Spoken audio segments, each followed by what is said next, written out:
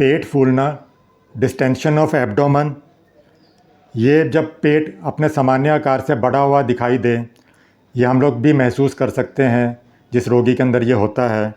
इसकी अक्सर हम लोग जो मेन कॉज मानते हैं वो गैस होती है, या फिर उसके अंदर खाद्य सामग्री अगर कहीं अटक जाए उसकी वजह से भी कई बार ये पेट फूल सकता है। हालांकि जो पेट फूलना है हमेशा नहीं कह सकते कि वो पाचन क्रिया के कारण ही हुआ हो। हम लोग इसको 5 F के हिसाब से भी विभाजित कर सकते हैं, जिसके अंदर जो पहला F है वो फ्लैटस है, जो गैस के कारण पेट फूलता है। उसके अलावा फीटस के कारण हो सकता है, जो प्रेगनेंसी के अंदर होता है। उसके अलावा फीसेस है, जिसके अंदर जो मल है वो ट्रैप हो जाए, उसके कारण अगर वो कहीं फंस जाए तो भी पेट उसका फूल सकता है। उसके अलावा फ्लूइड है, जो उसके पेट में ज़्यादा हो जाए, उस कारण से भी अगर उसको ये प्रॉब्लम हो रही हो तो भी पेट उसका वह बड़ा हुआ दिखाई देता है। और जो लास्ट है, जिसके अंदर चर्बी कह दें या फैट्स अगर उसके बड़े हुए हों तो उसके कारण भी उसका पेट फूल सकता है, डिस्टेंशन ऑफ एब्डोमेन हो सकता है। पर यहाँ जो इस वीडियो के अंदर हम लोग जो पेट फूलना है वो पेट की गड़बड़ी के कारण जो हुआ है, हैजे दस्त के कारण अगर हुआ है, उस वजह से अगर हो रहा है तो उसकी जो होम्योपैथिक दवाइयाँ हैं वही इसके अंदर इस्तेमाल करने का चेष्टा करेंगे। अफ़ीम खाकर अगर कोई पेशेंट आता है जिसका पेट फूल जाता है गैस के कारण, तो क्रूपम मेडिसिन इसके अंदर कार्य करती है। अगर उदरमय के साथ में उसका पेट फूला रहता है तो कार्बोवेज नक्स वोमिका अधिक लाभदायक है। कब्ज के कारण, जैसे मैंने अभी बताया कि उसकी लैट्रिन अगर उसके अंदर अटक जाती है, उसके कारण अगर उसका पेट फूलता है तो लाइकोपोडियम ओपियम कार्य करेगी। पेट में बहुत ज़्यादा अगर वायु इकट्ठा हो जाए, फ्लैटस हो जाए, तो उसके अंदर हम लोग एसिडोफिडा जो हींग से बनती है वो इस्तेमाल करते हैं। वायु अगर ऊपर या नीचे या किसी भी तरफ से अगर नहीं निकलती हो तो रेफनस स्टाइवा मेडिसिन कार्य करती है। जो कुछ भी वो खाता है अगर सभी कुछ उसका वायु के अंदर बदल जाता है तो कैलकेरिया कार्ब इसमें लाभदायक है। ओपियम के अंदर जो आंत की जो उसकी क्रिया है उसकी वजह से अगर वो मल नहीं निकाल पाता है, पेट के अंदर मल इकट्ठा हो जाता है, उसके कारण अगर डिस्टेंशन होता है, पेट फूलने की वजह से उसको सांस लेने में कष्ट होता है, पखाना और पेशाब अगर उसका कारण उसको तकलीफ़ होती है, इन लक्षणों के कारण अगर उसको दूसरी या तीसरी शक्ति के अंदर ओपियम अगर देते हैं, हर 20-25 मिनट के अंतराल पर देते हैं, तो इससे उसको आराम आता है। जो ज़्यादा अफ़ीम खाते हैं उनके अंदर भी ये लाभदायक है। बीमारी का तेज़ अवस्था के अंदर जो अफ़ीम के रोगी ना भी हों और अगर सिम्टम्स मिलते हों तो भी ये कार्य करती है। नक्स वोमिका के अंदर जब पखाने के वेग रहने पर भी पखाना नहीं होता है, मिचली आती है, पेट में दर्द होती है, पेट फूला हुआ रहता है, तो नक्स वोमिका कार्य करती है।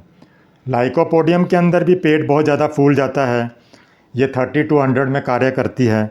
मुंह में पानी भर जाता है, इसके अंदर बहुत ज़्यादा एसिडिटी होती है, खट्टी डकारें उसको अगर आएँ, कब्जियत रहती है, पेट ढोल की तरह फूल जाता है, पेट जो है उसके अंदर पानी भरा हुआ लगता है, तो ये बहुत ज़्यादा अच्छा कार्य करती है।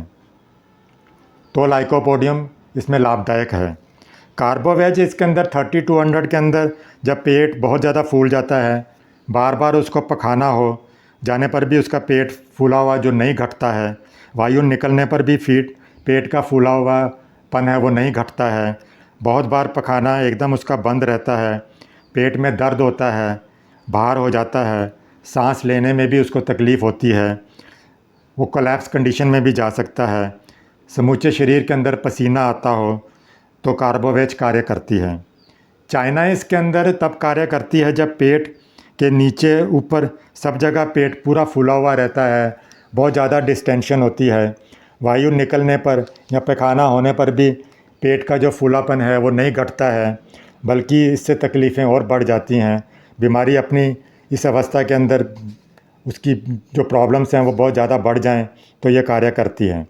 कोकुलस इंडिका पेट के अंदर जब भयानक दर्द के साथ में तकलीफ़ होती है, नींद नहीं आती है, मिचली है, कै के साथ में उसका पेट फूलता है, पेट फूलने के वजह के साथ में उसके छाती पर दबाव आता है, जिससे उसको ब्रीदिंग प्रॉब्लम है, सांस लेने में भी कष्ट होता है। टेरिबिंथ जब पेट बहुत ज़्यादा फूल जाता है और वह उस क्रम से बढ़ता जाता है, उसके साथ में उसका कई बार पेशाब भी रुक जाता है, अज्ञान भाव में जा सकता है, अनिच्छा भाव में रहता है, जीभ उसकी चमकीली लाल रंग की हो जाती है। तो ये दवा बीमारी की अंतिम अवस्था के अंदर लाभदायक है। और जो प्राय सब दवाइयाँ जो जिसमें पेट फूलना और सांस कष्ट है उससे लाभ ना हो तो ये इस्तेमाल की जा सकती है। बीमारी की अंतिम अवस्था के अंदर जब अधिक परिणाम के अंदर जलीय अंश भी निकल जाएं, हैजे के अंदर अगर माने, तो ये उसके कारण अगर पेट फूल रहा हो तो टेरिबिंथ बहुत अच्छा कार्य करती है। ये हैजे के अंदर प्रथम अवस्था के अंदर भी जब नोज़िया वॉमिटिंग है, पखाने के साथ में शरीर के जो जलीय अंग हैं वो जब ज़्यादा निकल जाते हैं, उसके कारण भी पेट फूलता हो तो ये कार्य करती है। इसके अंदर हम लोग चाइना और कोल्चिकम भी दे सकते हैं, उसके सिम्टम भी इसके अंदर बहुत ज़्यादा मिलते हैं।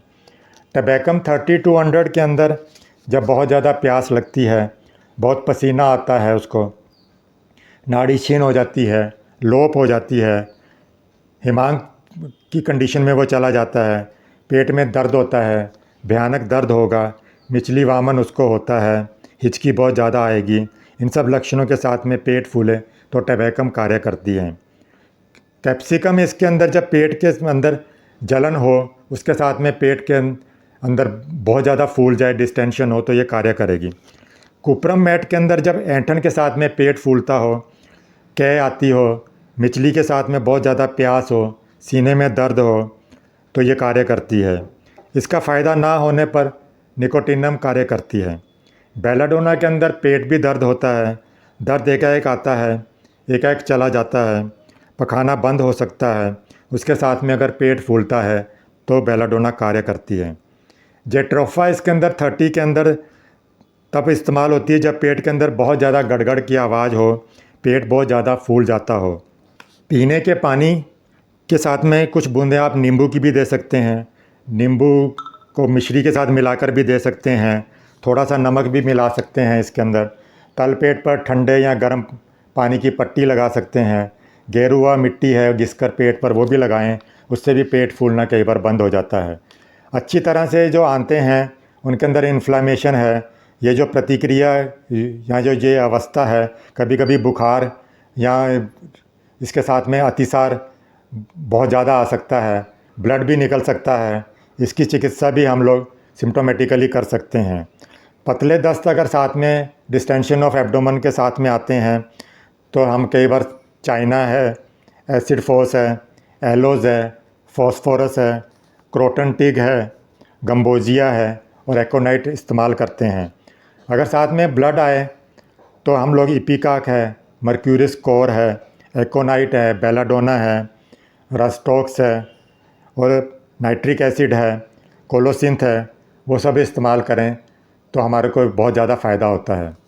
ये सब मेडिसिन आप किसी योग्य चिकित्सक की सलाह पर ही लें। Thanks for watching.